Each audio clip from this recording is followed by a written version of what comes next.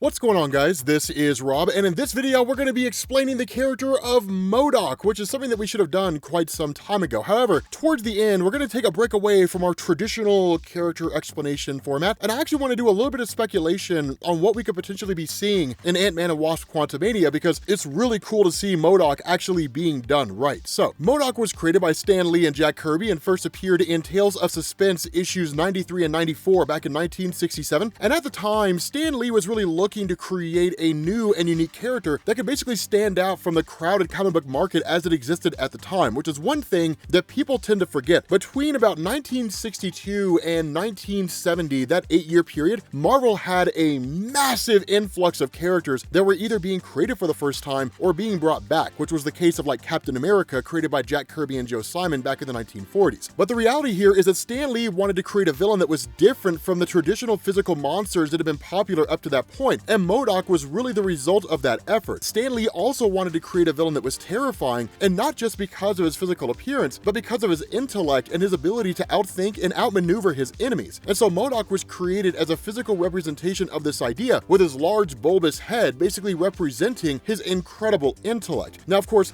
M.O.D.O.K's creation also reflects the Cold War era paranoia that existed at that point in time. And the reason why I say that, and this is something important to understand, is that Marvel Comics back before 1968 in a lot of ways reflected the real world. Now, the reason why I say 1968 is that there's actually a fan theory that goes on out there that Franklin Richards controls the Marvel Universe, and I know it sounds strange to talk about that in the middle of a M.O.D.O.K video, but bear with me here. The idea is that Franklin Richards was introduced in Marvel Comics in 1968. That was the same year that Marvel Comics actually had a kind of initiative to stop referencing real world events, and instead to basically focus on having comics being this situation where everything was basically timeless. There was no particular reference to a real world time frame. That's shifted over the years, and really in more recent years, you see like dates being thrown out and years being thrown out that kind of gives us an indication of where Marvel Comics resides in relation to us as the real world. But to our point about the Cold War era itself, running from the 1960s up to the mid-1980s, the paranoia of the Cold War is that you didn't know if something that you said would be reported to the authorities and they would come knocking on your door asking if you're a communist, or if it was someone that you were talking to who was actually a communist spy. Now, the latter of that, which is to say people being communist spies, while that did exist, it was actually an unfounded fear being drummed up by politicians, the news, and even just everyday people. It took on a life of its own in a lot of ways. And so M.O.D.O.K's creation reflected that fear and paranoia, and this idea that the enemy could simply be hiding in plain sight using their intellect and technology to outsmart and outmaneuver everybody. Now, M.O.D.O.K, of course, is often considered to be a reflection of Stan Lee's own personal insecurities and even his own personal demons. That M.O.D.O.K being written as a tragic figure and his drive and desire to prove himself and to be accepted despite his physical limitations is all a reflection of this. Because if you look at M.O.D.O.K's character beyond just whatever scheme he's implementing in the Marvel Universe, that's really the core of his motivation, to be genuinely accepted by the people around him, but in turn lashing out because he's not. Now, M.O.D.O.K has had different origins over the years in Marvel Comics, and these origins do come from different places. Captain America issue number 20, the original Tales of Suspense issues number 93 and 94 stories. There was an origin that was written in the 1990s, but the long and short of his origin is that he was a guy named George Tarleton that was associated with advanced idea mechanics. Now, the reason why I say associated is because depending on what origin you're reading, some stories say that he was a janitor, other stories say that he was a scientist, but the important thing here is that at that point in time, advanced idea mechanics, where it initially started off as the science wing of Hydra, had branched out to become its own thing. And what it was looking to do was to basically conquer the world and then lead the world using science and technology, with AIM being in charge of everything. And so in an effort to do this, what they wanted to do was create a cosmic cube. Now, for those of you guys who are unfamiliar with cosmic cubes, and to kind of sidetrack from M.O.D.O.K for a second, cosmic cubes are artifacts of astronomical power. And while we didn't initially know how they originated in Marvel Comics, over the years, we've gotten more nuanced explanations that all basically came together to essentially tell us that cosmic cubes are basically containment vessels for the energy of the Beyondverse, where the Beyonders reside. The important thing about that is the Beyondverse houses just insurmountable levels of energy, right? It's literally infinite power if you can contain it. Now, to answer the question that people are undoubtedly going to ask, what if someone tries to create a cosmic cube and they don't have a containment device to put it into and it goes into themselves? You end up with the Molecule Man Owen Reese. But for George Tarleton himself, and really just for advanced idea mechanics,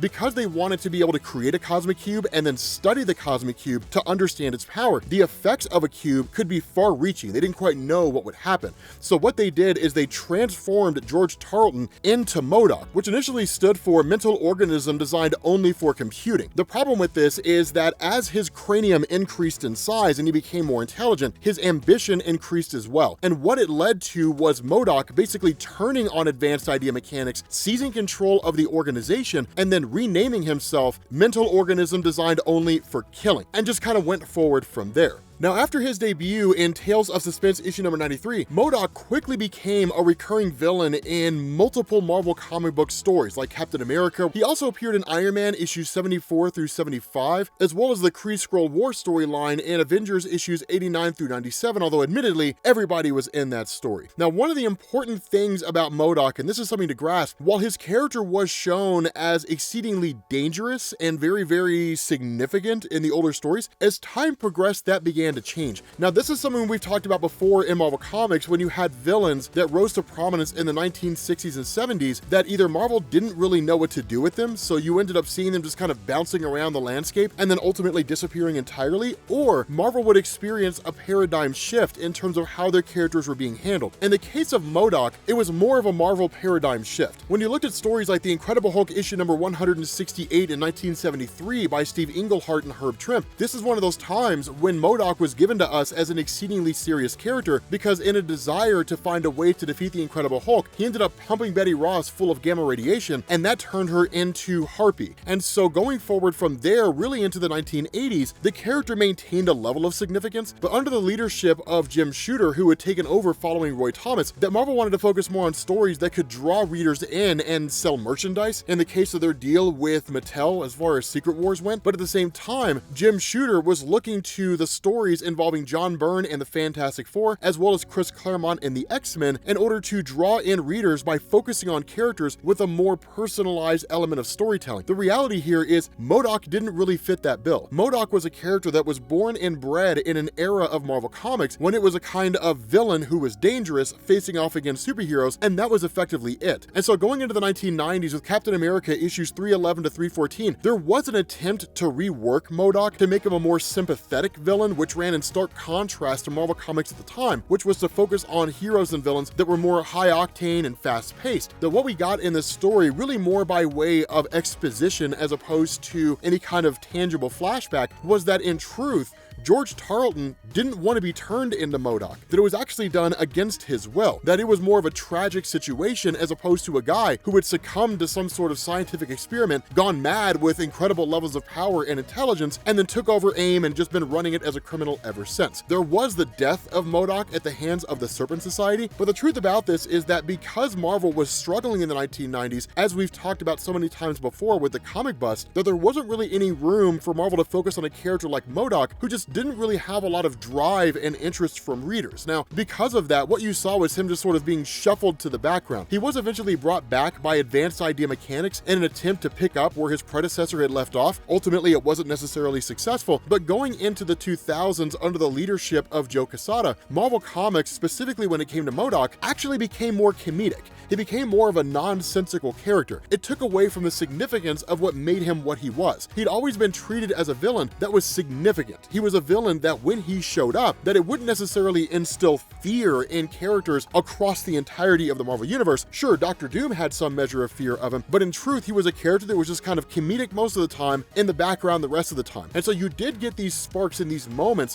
where he would be involved in these campaigns that would just blow the mind of the people who were reading his stories because it was something that you didn't really see, and in a lot of ways was a throwback to the old MODOK. A perfect example of this was the Intelligentsia. So the Intelligentsia was a coming together of the different villains across Marvel Comics, but specifically the most intelligent villains. And one of the things the Intelligentsia had done is they had actually turned on Dr. Doom and stripped him of pretty much all of his genius aptitude. But with that moment, it established that MODOK was still a credible threat in Marvel Comics. The issue is that in more recent years in Marvel, when you're focusing on stories like Jordan Bloom's MODOK Head Games, which is a great story in its own right, or his appearances in Gwenpool, he's more of a toned down comedic character. He seems more nonsensical whimsical than serious, and honestly, he's really been that way ever since. Now, as far as the MCU goes, if I'm being honest with you guys, I think it's going to be a return to form for the true MODOK that we know. I hope it's not going to go in the direction of more of like the comedic character, that I think we're going to see a more dangerous version of his character. I think that it's also going to tie into the events of the original Ant-Man series. We know just from the casting and the look of the character and so on that he's basically, or at least looks like, an alternate reality version of Darren Cross, the main villain from Ant-Man 2. I would go as far as to surmise that he's the result of some kind of scientific experiment gone wrong. Whether or not it has anything to do with the cosmic cube like the original origin from the comics when it came to MODOK, I'm not entirely sure. Truth to tell, if I'm a betting man, I would say it probably has something to do with PIM particles, that some misunderstanding or incorrect usage led to him taking on his current form. Whether or not he'll have any of the psychic powers that we're familiar with MODOK having, which is to say telepathy, telekinesis, mind control, along with his doomsday chair being able to amplify those abilities, that's anybody's guess. We won't really know until the movie comes out. But I would go as far as to say that with this seemingly being an alternate reality version of Darren Cross, that my prediction for the events of Kang Dynasty and Secret Wars are ringing true. That what we're seeing is that this is going to basically culminate in Avengers Forever by a different name. That it's going to have different members of the Avengers, but from different realities. An alternate reality version of Captain America, an alternate reality version of Iron Man, most likely the main Marvel Cinematic Universe version of Scott Lang, played by Paul Rudd, that they're all going to effectively unify. And that what you're going to have as far as Kang the Conqueror is concerned is his alternate reality counterpart to that, right? You can call it the Dark Avengers if you want to, but his version of different superheroes from across the multiverse that are all basically villains in their own right. I wouldn't be surprised if Wanda's one of those, but again, we're digressing here and getting off point. As far as MODOK is concerned, he's one of those tried and true examples of characters in Marvel Comics that was initially introduced as being exceedingly dangerous and quite powerful in his own way, but over the years in Marvel has just kind of been shuffled back to the background, and then when he was brought back was made more comedic because in truth, Marvel never really saw any serious elements to his character and didn't quite know how to write him in a way that made him serious or kept him serious. So with that being said, guys, we're gonna bring this video to an end. Thank you all for watching, and I will catch you all later. Peace.